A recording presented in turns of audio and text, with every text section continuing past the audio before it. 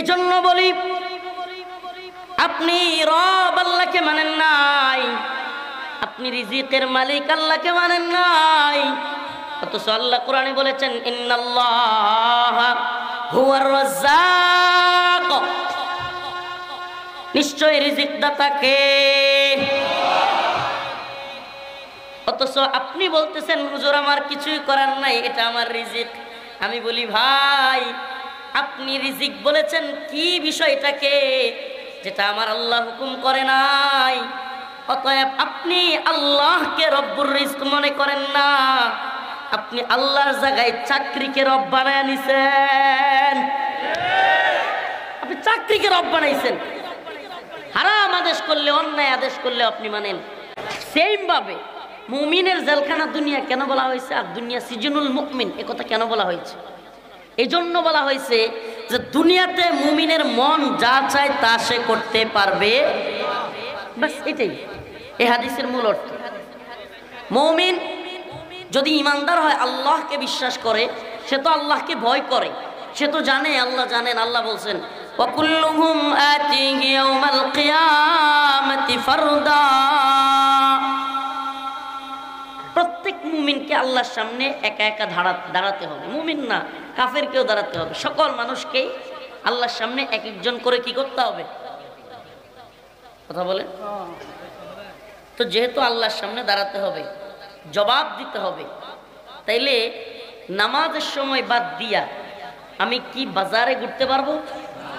তো এই যে বাজারে ঘুরতে মন চাচ্ছে, মন কি চাচ্ছে? এ সময়ে যদি বাজারে না যাই, কিংবা 4টা বন্ধু বসে আছে, ওগুলো নামাজ পড়ে না, আমি নামাজ পড়ি মাশাআল্লাহ, তো যারা নামাজ পড়ে না এমন বন্ধুরা ফোন দিতেছে। আমি আমার কথা বলতেছি না, মানে এমন লোক আছে না যুবক যারা নামাজ পড়ে, কিন্তু 4টা মিল্লা ফোন দিছে, কি রে তোর কালিকার চোবাজর আইসি তো, কই তুই দোস্ত? দোস্ত আমি তো ওযু করছি। আরে বাদ দে, আয় এদিকে আয়, নাউজুবিল্লাহ। সে ওয়াজ শুনতে আসছে। তাগুতের ব্যাখ্যায় কোরআনে অনেক জায়গায় তাগুত শব্দটা আসছে। ওয়া ইয়াকফুরু বিত-তাগুত ওয়া ইউমিন বিল্লাহ ফাকাদ ইসতামসাকা বিল উরওয়াতিল ওয়াসকা লা ইনফিসামা লাহা ওয়াল্লাহু সামিউন আলীম। এখানে যে আসছে ওয়া ইয়াকফুরু বিত-তাগুত, তাগুতকে অস্বীকার করতে হবে, ওয়া ইউমিন বিল্লাহ, এরপরেই আল্লাহকে বিশ্বাস করা হবে। আগে তাগুতকে অস্বীকার করতে হবে। কোন ব্যক্তি যদি বলে আল্লাহকেও মানি গায়রুল্লাহকেও মানি, তাইলে তার ঈমান নাই। আল্লাহর হুকুমও মানি, সরকারের হুকুমও মানি, মানে আল্লাহর হুকুমের বিরুদ্ধে যদি যায় ব্যক্তির হুকুম, তাইলে হেটাও মানি, তাইলে তার ঈমান নাই। এখন তাগুতের তাইলে সংজ্ঞা কি? ইমামগণ বলেন তাগুত কোনো নির্দিষ্ট না। কেউ কেউ বলতে চান তাগুত শুধু শয়তান, না। তাগুতের ইবনুল কাইয়িম রাহিমাহুল্লাহর এক ব্যাখ্যা আছে, তাবারি রহমাতুল্লাহ আলাইহির ব্যাখ্যা আছে, বিভিন্ন জনের। তো মূল বক্তব্য, মূল খুলাসা হলো, কোনো বন্ধু যদি আল্লাহর কাছ থেকে বাধা দেয়, কোনো মা বাবাও যদি আল্লাহর কাছ থেকে বাধা দেয়, কোনো পীরও যদি আল্লাহর কাছ থেকে বাধা দেয়, কোনো নেতা নেত্রীও যদি আল্লাহর কাছ থেকে বাধা দেয়, আর সেই বাধা দেওয়াটা ইচ্ছামূলক হোক জোরপূর্বক হোক, কথা বুঝেন, দুইজনের আপুসের মধ্যে হোক কিংবা জোরপূর্বক হোক, সেই বাধা দানের কাজ করার পরে যে ব্যক্তি বাধা দিল এবং যে ব্যক্তি বাধা মানল, দুইজন যদি স্বীকার করে নেয়, রাজি খুশি থাকে, তাহলে যেই বন্ধু বাধা দিল আল্লাহর পথের কাছ থেকে, সে ব্যক্তি হয়ে গেল তাগুত। বুঝেন? কিন্তু আমার কথা কি বুঝাইতে পারতেছি? আল্লাহর পথ থেকে সুনির্দিষ্টভাবে বাধা দিল।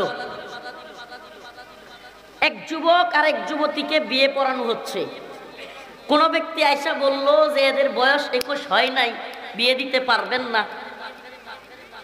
আল্লাহর হুকুমের বিরুদ্ধে গেছে, কিন্তু কথা বুঝেন, আল্লাহর হুকুমের বিরুদ্ধে যাওয়ার কারণে সে আল্লাহর জায়গায় বসে গেছে। আপনি আল্লাহকে না মাইনা যদি তাকে মানেন, তাহলে আপনি তাকে রব বানাইলেন।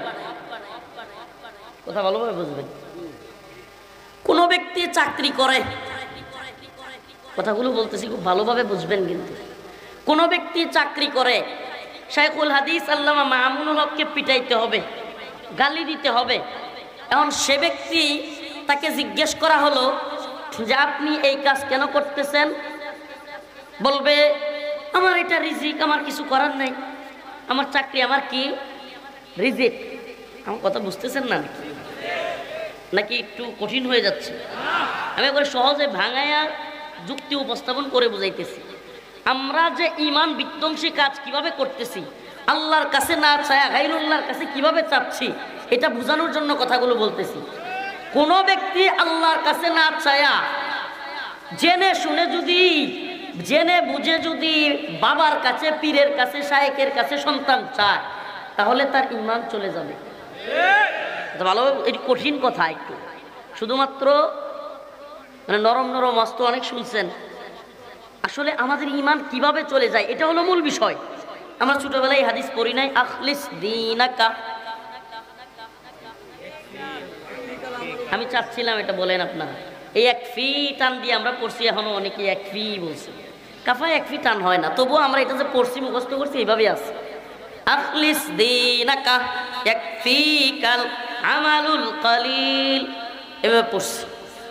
তোমার ঈমানকে খাঁটি করো, অল্প আমলই নাজাতের জন্য। মাশাআল্লাহ। আমার এই হাদিসটা এইভাবে বলা উদ্দেশ্য না, কিন্তু স্মরণ করায় দেওয়া উদ্দেশ্য। এই কথাটা কেন আমাদের নুরানির বইয়ের মধ্যে প্রথমেই পড়ানো হয়, এর দ্বারা আল্লাহ পাক উদ্দেশ্য, রসুল এখানে উদ্দেশ্য নিয়েছেন, ঈমানকে খাঁটি করো, পরে আমল। কথা ভালোভাবে বুঝবেন। কোনো ব্যক্তি মুসলিম নয়, সে যদি একবার না 1000 বার হজ করে, হজ কবুল হবে? একটা নয় 1000 গরু কুরবানি করে, কুরবানি হবে? এক রাকাত নয় 1000 রাকাত নামাজ পড়ে, নামাজ হবে? তার মানে আগে কি হইতে হবে? ঈমানদার হতে হবে। বলবেন হুজুর আরেকটু সহজ করে দেন। হুজুর বুঝতেছি না, পেছগুছ লাগতেছে। আসেন সাহাবায়ে কেরাম থেকে শুনি, আল্লাহ রাসূল সাল্লাল্লাহু আলাইহি সাল্লামের ওয়াকিয়া থেকে শুনি। রাসূলুল্লাহ সাল্লাল্লাহু আলাইহি সাল্লাম এই আয়াত যখন নাজিল হলো, ইত্তাখাযু আহবারাহুম ওয়া রুহবানাহুম আরবাবাম মিন দুনিল্লাহ, এই আয়াত যখন নাজিল হলো, আদি ইবনে হাতিম উনি আসলেন, রাসূল সাল্লাল্লাহু আলাইহি সাল্লামের কাছে আসলেন। আদি ইবনে হাতিম বলেন, আমার গায়ে ছিল, গলায় ছিল একটা ক্রস, খ্রিস্টানদের ক্রস বুঝেন তো, এই যে ক্রসের মতো খ্রিস্টানরা এটা ঝুলায়, এমন করে, কেমন জানি এমন করে খ্রিস্টানরা, বুঝছেন না? এই ক্রস এমনি কি করে, এমন করে। তো এটা ঝোলানো ছিল। আদি ইবনে হাতিম বলেন, আল্লাহ রাসূল সাল্লাল্লাহু আলাইহি সাল্লাম আমার গলায় এটা দেখে বললেন, ইয়া আদি ক্রসটা ছিঁড়ে ফেলো। আমি ক্রস ছিঁড়ে ফেললাম। এরপর আমি জিজ্ঞেস করলাম, ইয়া রাসূলুল্লাহ আপনি যে তিলাওয়াত করলেন, ইত্তাখাযু আহবারাহুম ওয়া রুহবানাহুম আরবাবাম মিন দুনিল্লাহ, আপনি যে তিলাওয়াত করলেন, বললেন আমরা তো আমাদের ধর্মযাজকদের, পণ্ডিতদের পূজা করতাম না, ইবাদত করতাম না। মানে এই আয়াতের অর্থ হলো, খ্রিস্টানরা তাদের, ইহুদি খ্রিস্টানরা তাদের আহবার রুহবান, আহবার এবং রুহবান হলো খ্রিস্টানদের ধর্মযাজক, পাদ্রী, পোপ, এদেরকে বলা হয়। আমাদের যেমন মসজিদে, জুমার মসজিদে খতিব আছে না, খ্রিস্টানদের এদেরকে গির্জা, প্রেগুড়া, এরা যেগুলো সিজদা করে, উপাসনা করে, ওগুলোকে বলা হয় গির্জা, প্রেগুড়া। তো ওই সমস্ত গির্জার মধ্যে, প্রেগুড়ার মধ্যে এক একজন পোপ থাকে, পাদ্রী থাকে, ধর্মীয় গুরু থাকে। আমার কথা কি বোঝা যায় না? সমস্যা কি জানেন হুজুর, আমি দেখছি সব সময়, আমি যখনই ঈমানের মৌলিক বিষয় নিয়ে আলোচনা করতে চাই, শয়তান চরমভাবে শ্রোতাদেরকে ধোঁকা দেয়। শয়তান, আউযু বিল্লাহ বলেন জুরে, আউযু বিল্লাহি মিনাশ শাইতানির রাজীম, জুরে কানে আওয়াজ আসে যেন, সবাই পড়েন।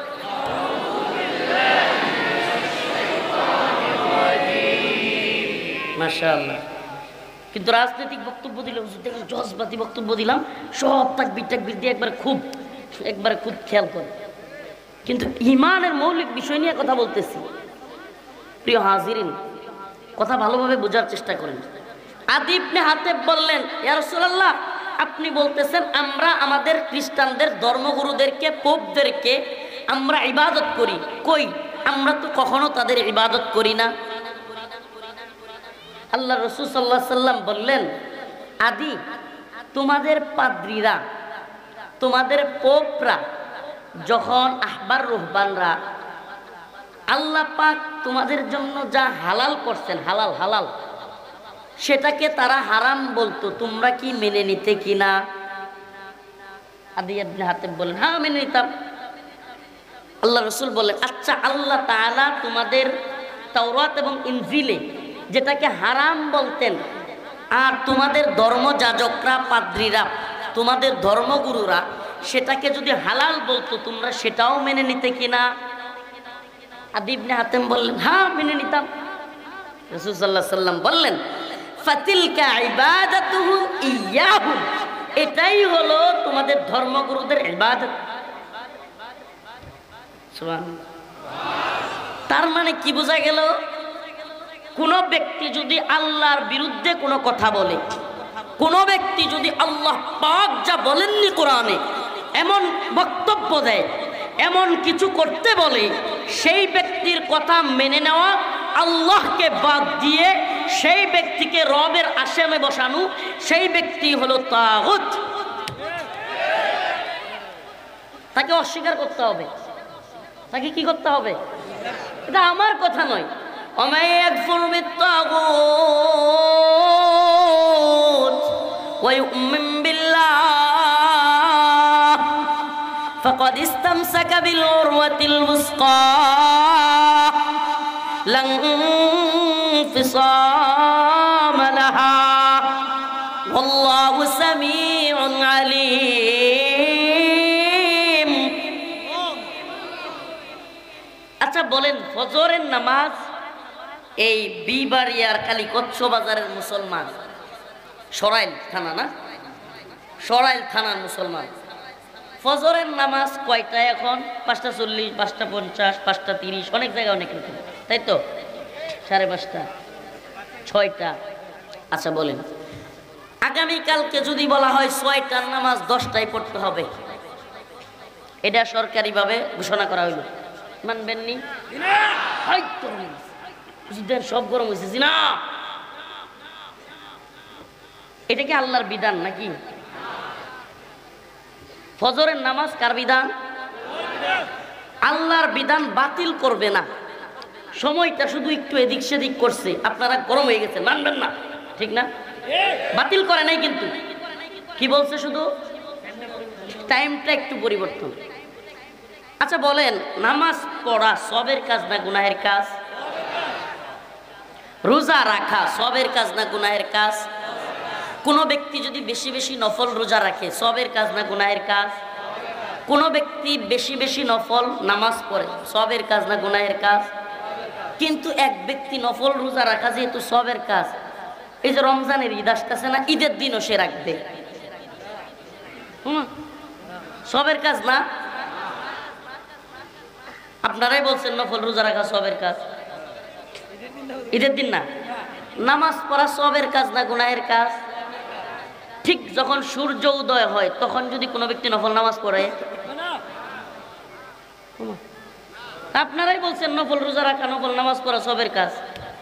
তার মানে বোঝা গেল সবের কাজ হওয়া, আল্লাহর কাছে গ্রহণযোগ্য ইবাদত হওয়া, এটা শুধুমাত্র ইবাদত নামাজের নাম নয়, ইবাদত শুধুমাত্র রোজা রাখার নাম নয়, বরং প্রকৃত ইবাদত হলো আল্লাহর হুকুম মানা।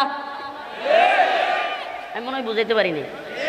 প্রকৃত হুকুম, প্রকৃত ইবাদত কি? নামাজ পড়াই ইবাদত, রোজা রাখাই ইবাদত, নাকি প্রকৃত ইবাদত হলো আল্লাহর হুকুম মানা? আল্লাহ যখন পড়তে বলছেন তখন পড়া ইবাদত, আল্লাহ যখন পড়তে নিষেধ করেছেন তখন না পড়া ইবাদত, আল্লাহ যেদিন রোজা রাখতে বলেছেন সেদিন রাখা ইবাদত, আল্লাহ যেদিন রাখতে নিষেধ করেছেন সেদিন না রাখা ইবাদত, তাই তো? তো ফজরের নামাজ 6টার নামাজ 10টায় পড়তে বললে পড়বেন না, খেপে গেছেন। নামাজ বাতিল করে নাই, টাইমটা চেঞ্জ করছে, মানবেন না, গর্জে উঠছেন। এটা যদি আল্লাহর হুকুম হয়, মদ খাওয়া হারাম, এটা কার হুকুম? তো মদ তো আমার দেশে জায়েজ। এখন হাসে, বুঝছেন শয়তানের সফলতা কোথায়? ওইটার সময় আপনি খেপে গেছেন, আর এটার সময় আপনি হাসে দিচ্ছেন। বাস বাস, শয়তান এবং তার চেলাচা মুন্ডারা এখানেই সফল। পতিতালয়, জিনা করা, জিনাহের কাজ সহজ করা, এটা কি আল্লাহ হারাম করছেন না হালাল? তা আপনার দেশে তো হালাল। কাহিনী কি? সুদ আল্লাহ পাক কি বলছেন, হালাল না হারাম? আপনার দেশে তো সমানে ব্যাংক, আর আপনিও ওই ব্যাংকে সুদ রাখেন। ও নামাজ 6টার 10টায় গেলে আপনি খেপে যান। রোজা কিভাবে রাখতে হবে সেটা করলে, আচ্ছা রোজা যদি রমজান মাসে এবার রাখতে না দেয়, সরকারে কয় যে ঠিক আছে এবার রমজানে রোজা হবে না, রজব মাসে রোজা হবে।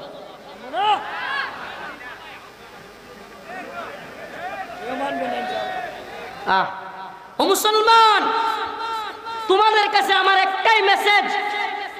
আল্লাহ বলেছেন আহাল্লাল্লাহুল বাই' ওয়া হাররামার রিবা, আমি সুদকে হারাম করেছি, তুমি মেনে নিলে, সুদের ব্যাংকগুলোর পক্ষে সাফাই গাইলে, সুদের ব্যাংকগুলোকে পাহারা দেওয়ার জন্য তুমি চাকরি নিলে, তোমার ছেলেকে সেই ব্যাংকগুলোর পাহারা দেওয়ার জন্য বিভিন্নভাবে চাকরিতে ঢুকাইলে, তুমি মডেল লাইসেন্স দেওয়া হলো, তুমি সেখানেও তুমি সহায়তা করলে, মেনে নিলে।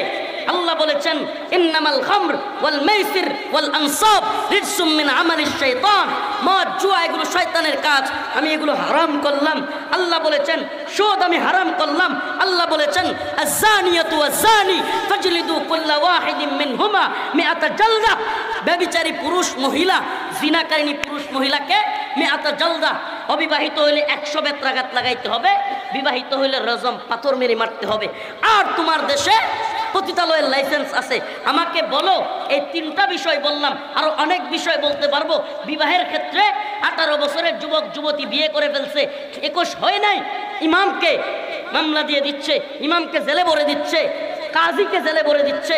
আর 17-18 বছরের যুবক যুবতী পালিয়ে যাচ্ছে, জিনা করতেছে, পার্কে ঘোরাঘুরি করতেছে, বাচ্চা হয়ে যাচ্ছে, তখন মামলা নাই। তুমি আমাকে বলো, একদিকে আল্লাহর কথা মানবে, বলো চিল্লানি দাও, আল্লাহর হুকুম মানবে, নামাজ একটু এদিক সেদিক হলে মানবে না, আরেকদিকে তুমি দেদারসে সব আল্লাহ বিরোধী, খোদা বিরোধী, খোদাদ্রোহী আইনগুলো, তাগুতি শাসনকে, তাগুতি সিস্টেমকে তুমি মেনে নিচ্ছ।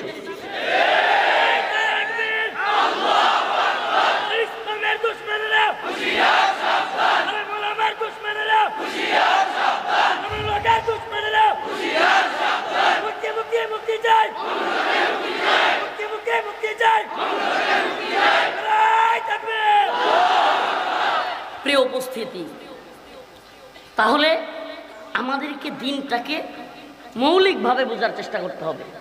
দিনটাকে শুধুমাত্র আংশিকভাবে বুঝলে হবে না। কথাটা কোত্থেকে এসেছে, চাইবো কার কাছে? ওই যে মনে আছে চাকরির কথা ধরছিলাম, শেষ করতে পারিনি। চাকরি করে, চাকরি করে কি কথা বাবা, বাবা আচ্ছা সমস্যা নেই, এই একটু পিছন। চাকরি করে, ইসলামের বিরুদ্ধে কাজ করতে হলে করে। যদি জিজ্ঞেস করেন কেন এটা করলেন, বলতেছিলাম ওই মনে আছে চাকরির কথা। আচ্ছা কোন ব্যক্তি, আচ্ছা আমি আমার উদাহরণটাই দিই, একদিনের উদাহরণ। ইয়ার মধ্যে ময়মনসিংহ রিমান্ডে, ময়মনসিংহ আমি চিন্তা করলাম 26 দিনের মতো রিমান্ডে ছিলাম। তো অনেক জায়গায়, তেজগাঁও, পল্টন, মতিঝিল, এরপরে ডিবির হেডকোয়ার্টার, অনেক জায়গায় রিমান্ডে ছিলাম। তো জেলেও ছিলাম। তো মাঝে মাঝে চিন্তা হইতো যে ময়মনসিংহ যেহেতু একটা মামলা হয়েছে, বুঝেন মানে আমাদের তখন অবস্থানটা, তো ময়মনসিংহ যেহেতু একটা মামলা আছে, ওই নিলে তো এলাকাটা একটু দেখতাম, বুঝলি মানে তখন রিমান্ড টিমান্ড না, এলাকা দেখা। আর আম্মা যদি ওখানে আইসা পড়ে মারে, একটু দেখতে পারি, সত্যি এই খেয়াল। এখন ময়মনসিংহে নিচ্ছি, নেওয়ার পরে একটা রুমের মধ্যে রাখছে, ফ্যান নাই উপরে, তো বেশি মশা ধরে। তো এক লোক এসে বলতেছে, হুজুর আমি আপনার একটা কয়লা এনে দিতে চাই। হুজুর আমনের ওয়াজ যে কত শুনছি, পুলিশ পুলিশ কিন্তু বয়, হুজুর আমনের ওয়াজ যে আমরা কত শুনছি, আমার বাড়ি কই জানেন? আমি বলছি কই? পূর্বধলা, মানে আমার নিজের থানা। হুজুর আমার নিজে আমনের থানায় আমার বাড়ি, আমনের ওয়াজ অনেক শুনছি হুজুর, আমনেরে একটা কয়লা এনে দিতাম, আপনার লাগে একটু মায়া লাগছে। আমি যে আচ্ছা, আপনার যে আমার প্রতি মায়া লাগছে, আপনি আমার থানার লোক এবং আপনি আমার কয়লা এনে দিতে চান, আচ্ছা বলেন তো, আমি যেহেতু এখন রিমান্ডে আছি, এই বাবা আর কথা বলেন না, আমি যেহেতু এখন রিমান্ডে আছি,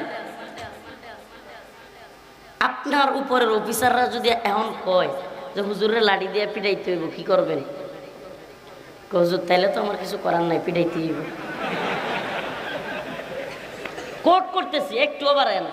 আমি বলছি তাহলে আমি আপনার কয়েল নিব না, কারণ আপনি এখনো আল্লাহর বিধান কোনটা, কতটুকু মানা যাবে কতটুকু মানা যাবে না এটাই বুঝেন না।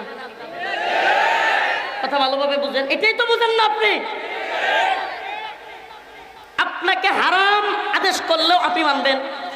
আপনাকে যদি বলে রসুল প্রেমে কিছু মানুষ উদ্বুদ্ধ হয়ে নূপুর শর্মার বিরুদ্ধে কিংবা বিভিন্ন সাতেমের বিরুদ্ধে আন্দোলনে লাফায়া পড়ছে, আন্দোলন করতেছে, আপনাকে বললো গুলি করতে, আপনি গুলি করে দিবেন?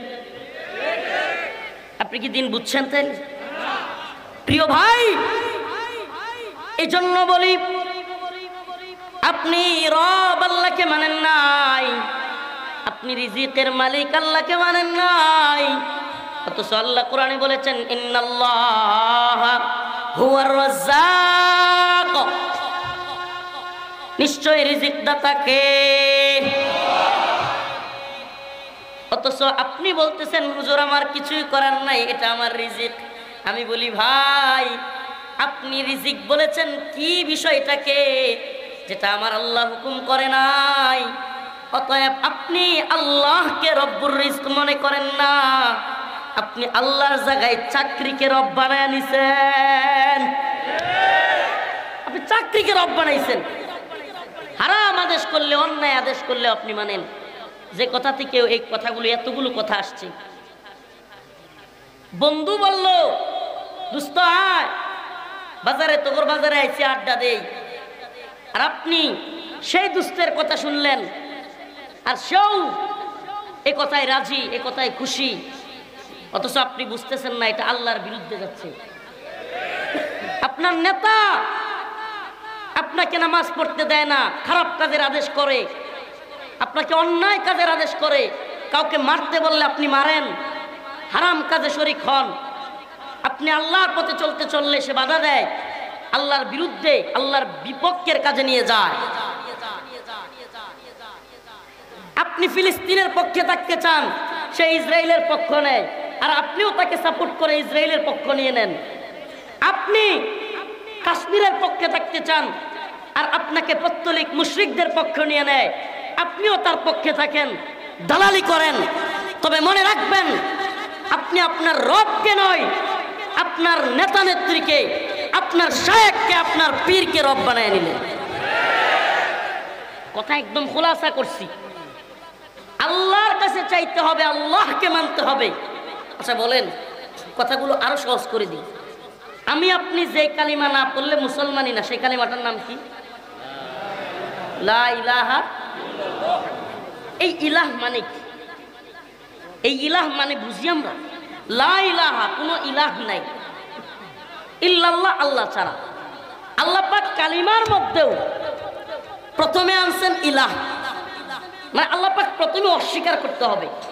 কেউ যদি বলে আমি আমার নেতাকেও মানি, আল্লাহর বিরুদ্ধে গেলেও মানি, আমি আমার বাবাকে মানি, আল্লাহর বিরুদ্ধে গেলেও, তাহলে ঈমান থাকবে? নাকি আল্লাহর বিরুদ্ধে গেলে আমি কাউকে মানি না? কথা ভালোভাবে বুঝবেন। আল্লাহর বিরুদ্ধে গেলে আমি কাউকে, এটা লা ইলাহা ইল্লাল্লাহ, এটাই অর্থ রে ভাই। ইলাহ মানে হলো এমন একটা জিনিস, ইলাহ কেউ বলে মাবুদ, কেউ বলে রব। আসলে ইলাহ হলো আল্লাহ ব্যতীত যাকে মানা হয়। মূর্তি হতে পারে, শয়তান হতে পারে, বাবা হতে পারে, পীর হতে পারে, শায়েখ হতে পারে, নেতা হতে পারে। আল্লাহর বিরুদ্ধে যাওয়ার পরে কেউ যদি তাকে মানে, সেটাই হলো ইলাহ। আপনি আল্লাহ কোরআনের আয়াতে বলতেছে ওমাই ইয়াকফুর বিত্তাগুত ওয়া ইউমিন বিল্লাহ, সুবহানাল্লাহ। হুজুররা এখানে আছেন। আল্লাহ প্রথমে কিন্তু বলে না ইল্লা আল্লাহকে মানো, আল্লাহকে মানো। আল্লাহ প্রথমে বলতেছেন ওমাই ইয়াকফুর বিত্তাগুত, তাগুতকে অস্বীকার করো। আল্লাহ কালিমার মধ্যেও বলতেছেন লা ইলাহা, কোনো ইলাহ নাই, আল্লাহকে সারা মানার মতো কেউ নাই। প্রথমে মানার মতো কেউ নাই, এটা অস্বীকার করতে হবে। এরপরে বলতে হবে আল্লাহকেই মানি। সুবহানাল্লাহ। ইয়া আইয়ুহাল্লাযীনা আমানু ইসতাঈনু বিস-সাবরি ওয়াস-সালাহ ইন্নাল্লাহা মা'আস-সাবিরিন। হে ঈমানদার, হে মুমিন, ইসতাঈনু, তোমরা চাও, বিস-সাবরি ওয়াস-সালাহ, নামাজের মাধ্যমে এবং সবরের মাধ্যমে। সবর কয়েক ধরনের হতে পারে। একটা বলছিলাম গুনাহ থেকে সবর। সুন্দরী নারীর দিকে চোখ পড়ছে, গুনাহ করতে মন চায়, গুনাহ করবা না। তোমাকে প্রতিদান দিবেন কে? বিনিময়ে আল্লাহ আরশের নিচে স্থান দিবেন তোমাকে।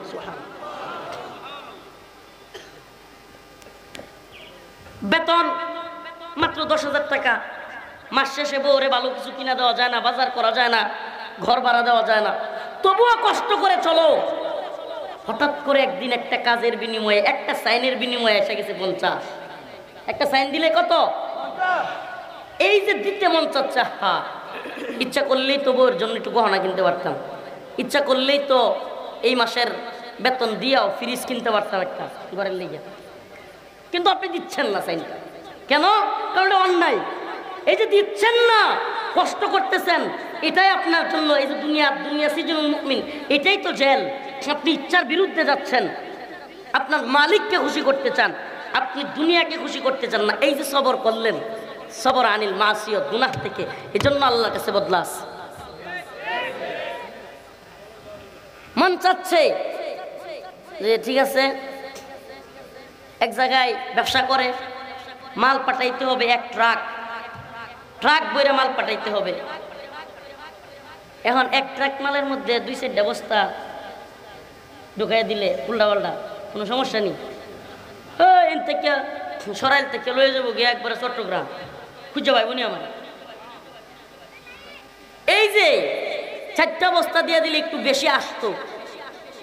এই যে আপনি করলেন না, আল্লাহকে ভয় করলেন, এটা কি বলে সবর, গুনাহ থেকে সবর। সুবহানাল্লাহ।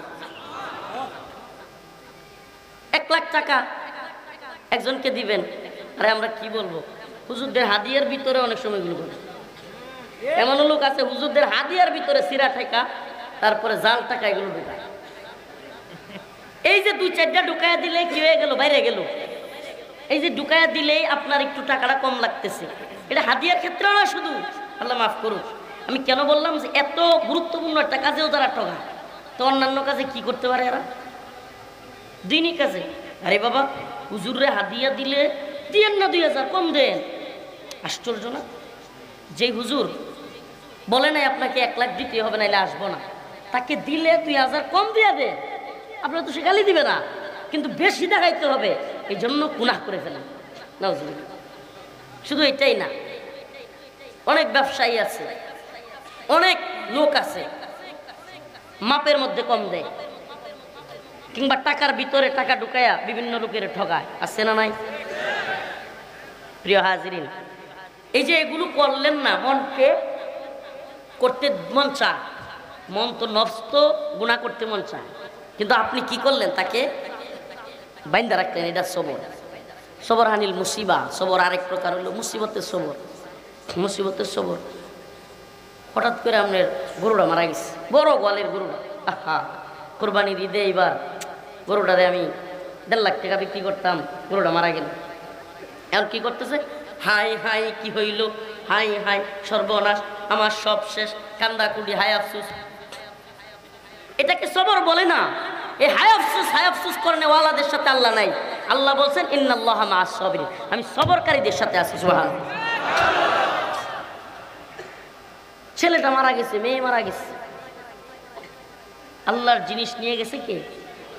সবর করতে হবে। মহিলা, মা বোন, 150 জন মানুষ বাড়ি ভরে গেছে, ওখানেই কাপড় খুলে যাচ্ছে, সব দেখা যাচ্ছে, আরে তার চেতন নাই। সে কান্না, এমন কান্না করতেছে মাটিতে বইরা গড়াগড়ি, তার সব দেখা যাচ্ছে। জায়েজ আছে নাকি? এই যে হায় আফসোস, এটা জায়েজ নাই। এই হায় আফসোস করেনেওয়ালাদের সাথে আল্লাহ নাই। আর অনেক মুসিবত আসতে পারে। আমাদের কথাই বলেন, আমাদেরকে হঠাৎ করে জেলে নিয়ে যাওয়া হলো, মামলা দেওয়া হলো, 60টা মামলা, কাউকে 17টা, 20টা, 30টা। এই যে কঠিন মুসিবত আসলো, তবুও সবর করা লাগবে। এই সবর করার প্রতিদান কে দিবে? হায় আফসোস করে কাইন্দা যদি মরে যেতাম লাভ আছে? এই জন্য আল্লাহ পাক বলেছেন, ইয়া আইয়ুহাল্লাযীনা আমানু ইস্তাঈনু বিস-সাবরি ওয়াস-সালাহ। এলাকার আলেম, বক্তা সাহেব, মুফতি সাহেব আপনাকে বলেছেন, ভাই 5 ওয়াক্ত নামাজ পড়েন, জুলুম করিয়েন না, পাপাচার করিয়েন না। কিংবা হুজুর, ওনার 2-4 জন লোক আছে বক্ত, তাদেরকে বললো, তোরা প্রতিদিন 5 ওয়াক্ত নামাজের পরে এই দোয়াগুলো পড়বি। কারণ পড়তে মন চায় না, তবুও পড়বে। এটা হলো ইতাআতের সবর। কিসের সবর? অনুসরণের সবর। মন চায় না আমল করতে, কিন্তু তবুও কি করবে? আমলটা করবে। এটা ইতাআতের সবর প্রত্যেক ক্ষেত্রে। এরপরে আল্লাহ বলছেন 2টা কাজ, সবর, সালাত। এরপরে দ্বিতীয় কাজ হল, সাহাবায়ে কেরামের ইতিহাস পড়ে দেখেন, একবারে পেরেশান, খুব পেরেশান, কোনো উপায় নাই, 2 রাকাত নামাজে দাঁড়ায় যেতেন। সুবহানাল্লাহ। 2 রাকাত নামাজ পড়তেন, সিজদা দিতেন, আল্লাহর কাছে কান্নাকাটি করতেন, আল্লাহ ব্যবস্থা করে দিতেন। আমি আমার, আল্লাহ মাফ করুন, কথাটা নিজের ব্যক্তিগত হয়ে যায়, আল্লাহ মাফ করুক। আসলে আমি পাইছি, এই জন্য শোনাইতেছি, বুজুর্গি না, আল্লাহ মাফ করুক আমাকে। আমি জেলগেট থেকে বের হব হুজুর, এমন সময়, এগুলোতে এত আগে থেকে জানা নাই, 7টা সংস্থার ক্লিয়ারেন্স লাগে। হায় হায়, 4টে আসছে আর 3টা আসে না, গেট আইনা বসে আর একটু বাড়ি করে না। বুঝান, আপনি বিষয়টা বুঝেন। 32 মাস পরে জজ কোর্টে জামিন বাতিল, হাইকোর্টে জামিন বাতিল, সুপ্রিম কোর্টে বাতিল, এরপরে জামিন দিচ্ছে, কাগজ জেলগেটে আসছে, ডাকছে নেওয়ার জন্য, এখন বের করে দিবে। এই মুহূর্তে শোনা গেল 3টা সংস্থার ক্লিয়ারেন্স ছাড়া বেরোতে পারবো না। এখন বুঝেন মাতার অবস্থা কি। সকলের মানে এদিকে মার পেরেশানি, যে আমার মার না জানি কি অবস্থা হয়, আমার মার না জানি কি অবস্থা হয়। তো এই চিন্তা যখন, হঠাৎ করে এক ভাই আমাকে এসে বলতেছে, হুজুর মনে হয় ভিতরে জেলখানায় গেটে, মেন গেটে, বলতেছে হুজুর মনে হয় ভিতরে চলে যাওয়া লাগতে পারে। আবার যেহেতু ক্লিয়ারেন্স আসতেছে না, আমাদের কিছু করার নেই, সকল সংস্থার ক্লিয়ারেন্স লাগে। বারবার আম্মার কথা মনে করতেছিল, হায় হায় রে, এই বেচারি যখন হাইকোর্টের জামিন হয়েছে কি খুশি, আবার যখন ভিতরে মানে হাইকোর্টের জামিন বাতিল হয়েছে, হাই রে কষ্ট। এরপরে সুপ্রিম কোর্টের জামিনও বাতিল হয়েছে। সারা রাত আম্মা, এমন একদিন ছিল সারা রাত, অর্ধেক রাত পানি ঢালতে হয়েছে, বেহুশ ছিল, কাঁদতে কাঁদতে চোখের নিচে এমন অবস্থা হয়েছে, এখন চশমা পরে। এখন আজকে বললো যে আরো সমস্যা হচ্ছে, আবার ডাক্তার দেখাইতে হবে, এত কান্না করছে। ওখন আমার চিন্তা হইতেছে, হাই হাই, ক্লিয়ারেন্সের কারণে এখন যদি আবার ফিরে দেয়, আমার আম্মা এটা শুনে এই বেচারি স্ট্রোক করতে পারে। এমন অবস্থায় একটাই মনে হয়েছে, আল্লাহ আমার তো কেউ নাই, আসলে আপনি আছেন। মাগরিবের নামাজের সময় হয়েছে, আমি বললাম, ভাই ঠিক আছে, ক্লিয়ারেন্স আপনারা দেখেন। একটা ছেলে ছিল, যুবক, ও নামাজ পড়ে, কারারক্ষী, খুব ভালো ছিল। ও বলছে, হুজুর মাগরিবের নামাজটা চলেন পড়ে আসি, পরে ইনশাল্লাহ দেখা যাক কি হয়। আমি মাগরিবের নামাজ পড়া আল্লাহর কাছে কাঁদতেছি, আল্লাহ, হায় আল্লাহ, আপনি নামাজের পরে নামাজ থেকে বাইরে হয়ে দরজা খুলে যেন শুনি ক্লিয়ারেন্স হয়ে গেছে। ওয়াল্লাহি দরজা খোলার সাথে সাথে একজন এসে বলতেছিল, হুজুর আপনার ক্লিয়ারেন্স হয়ে গেছে। ওয়াল্লাহি, একটু বাড়ায় বলতেছিল, ওয়াল্লাহি। সুবহানাল্লাহ। তো আল্লাহ তো সব দিতে পারেন। আমি নিজে ব্যক্তিগতভাবে আজকে বলি, চিন্তাই করে নিন যে এত কিছুর পরে এভাবে জামিন হবে। কারণ আমরা তো জানি কে পরিচালনা করতেছে, কারা কি করতেছে, কোত্থেকে মাস্টার মাইন্ড আসতেছে, কে কথা দিলেই জামিন হবে, এগুলো সব আমাদের মাথায় তো আছে। তো এই জন্য পেরেশানই ছিলাম যে আসলেই কি হবে। তো আমি এই জন্য বলতেছি, ভাই পেরেশানি আসলেও সবর করতে হবে। মুসিবত আসলেও সবর করতে হবে, বিপদ আসলেও সবর করতে হবে, ইতাআতের ক্ষেত্রেও সবর করতে হবে, গুনাহ করতে মন চায় তবুও সবর করতে হবে। এই সব ক্ষেত্রে যদি তুমি সবর করতে পারো, আল্লাহ পাক তোমাকে এমন বদলা দিবেন। হাদিসের মধ্যে আসছে, যখন ময়দান কায়েম হয়ে যাবে, বিচার শুরু হয়ে গেছে, হঠাৎ করে একজন ঘোষণা করবে যে সবরকারীরা কোথায়, সবাই আসো, দৌড়ায় এরা জান্নাতের দিকে যাওয়া শুরু করবে। এমন সময় কয়েকজন ফেরেশতা ডাক দিয়ে দাঁড় করাবে, এই আপনারা কোথায় যান? এখনো তো জান্নাতের হিসাব নিকাশ শেষ হয় নাই, আপনারা কোথায় চলে যাচ্ছেন? কই যে শুনো নাই, যারা সবর করছে তারা বিনা হিসাবে জান্নাত। সরো সরো, সুবহানাল্লাহ। সবরকারীরা বিনা হিসাবে যাবে। আটকাইতে চাইবে, আটকানেওয়ালারে বলবে ওই যে শুনো আওয়াজ। সুবহানাল্লাহ। প্রিয় হাজিরিন, প্রিয় হাজিরিন, বিশ্বাস করেন, আমরা যদি সবর করতে পারি এই কয়েকটা ক্ষেত্রে, গুনাহ, ইতাআত, মুসিবত, আপনার জিন্দেগি সুন্দর হয়ে যাবে। সুবহানাল্লাহ। এত চাহিদা রাখবেন না। আপনাদের সবার প্রতি রিকোয়েস্ট, চাহিদাকে আমাদের সীমিত করতে হবে। চাহিদা চাহিদা চাহিদা। আসলে বনি আদমের, রাসূল সাল্লাল্লাহু আলাইহি ওয়াসাল্লাম বলেছেন, বনি আদমের এই যে মুখের উপরে কবরের কালো মাটি লাগার আগ পর্যন্ত তার চাহিদা শেষ হবে না। বনি আদমের কবরের মাটি, মানে রাসূল সাল্লাল্লাহু আলাইহি ওয়াসাল্লাম হাদিসের মধ্যে আছে কালো মাটি, কালো মাটি মুখে লাগার আগ পর্যন্ত কি হবে না? চাহিদার শেষ নাই। শেষ আছে? আরে ভালো একটা বউ পাইতাম, বউ পাইছে, আহারে একটা ভালো একটা সন্তান হইতো, মাইয়া হয়েছে, ইসরে মাইয়াটার একটা ভালো জামাই দেখি বিয়ে দিতাম, বিয়ে দিছে। মাইয়াটার করতে একটা নাতি হইতো, কুলো লইতাম, কুলো লইছে। এখন কি নাতিটা বড় হয়ে যেতেছে, আহারে নাতিন জামাইটা দেখে যাইতাম। আশার শেষ আছে? এদিকটা বাদ দেন, এদিকটা বাদ দেন। এক কাঠা জমির মালিক, আমার মতো হতভাগা নাই, সরাইলে যদি 10 কাঠা জমি থাকতো কত ভালোই নয়তো। 10 কাঠা হয়ে গেছে, সরাইলে করলে কোনো লাভ আছে? এলাকায় পাত্তা দেয় না, বিবাড়িয়ে করতে, বিবাড়ি একটা বাড়ি না করতে ওই লোক বিবাড়ি একটা বাড়ি করে নিয়েছে, গড় করছে। আমার এত ব্যবসা, সরাইলে এতটা জমি, বিবাড়ি এতটা জমি, ঢাকা যদি আমার একটা বাড়ি না থাকে ওই লোক, বুঝলেন? এটা কোন দিকে গিয়ে যে ঠেকবো আল্লাহ জানে। 10 তলা বাড়ি করছে ঢাকায়, দূর আশপাশে হুমানে 15 তলা 20 তলা। হইলো মাঝে কি কয়, আমি অমুক চৌধুরী সাহেব, আমার এটা কি দেহা ভালো দেহায়? তার মানে এটা শেষ। ইবনে আদম আল কবর কুল্লা ইয়াউম ইউনাদি, ও বনি আদম, কবর তোমাকে প্রতিদিন ডাকছে। তুমি এদিকে টাকা কামাই করো, তুমি হাসি ঠাট্টা করো, তুমি ঘুরে বেড়াও, সুদ খাও, মদ খাও, ইয়াবা খাও, গোশ খাও, অথচ কবর তোমাকে প্রতিদিন ডেকে ডেকে বলে, আজ তুমি বন্ধুদের সাথে ফুর্তি আনন্দ করছো, আগামীকাল তুমি আমার ভিতরে এসে কান্না করবে, কান্না। আজ তুমি সুদ ঘুষ খাচ্ছ, কবর বলে প্রতিদিন ডাকতে থাকে, আল কবর কুল্লা ইয়াউম ইউনাদি, প্রতিদিন ডাকতে থাকে আর বলে, আগামীকালকে তুই আজকে সুদ ঘুষ খাস, আগামীকালকে আমার পেটের ভিতরে তোরে পোকামাকড় খাওয়া।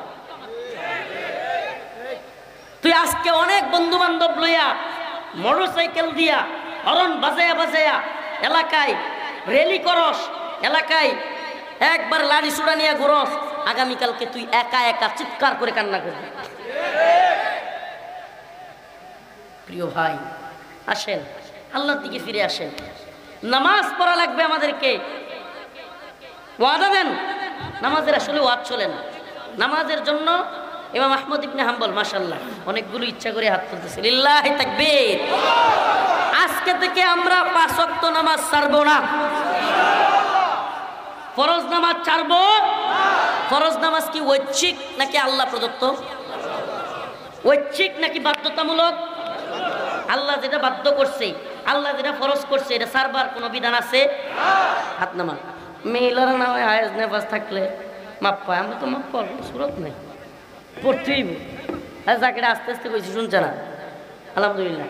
শুনেন, তাইলে আমাদের কোনো মাপ, নামাজ পড়তে, সবর করতে। আল্লাহ পাক আমাদের সবাইকে সবর এবং নামাজের মাধ্যমে জান্নাতে যাওয়ার তৌফিক দান করুক। হুজুর আয়েশা গেছেন, মাওলানা আব্দুল কাইয়ুম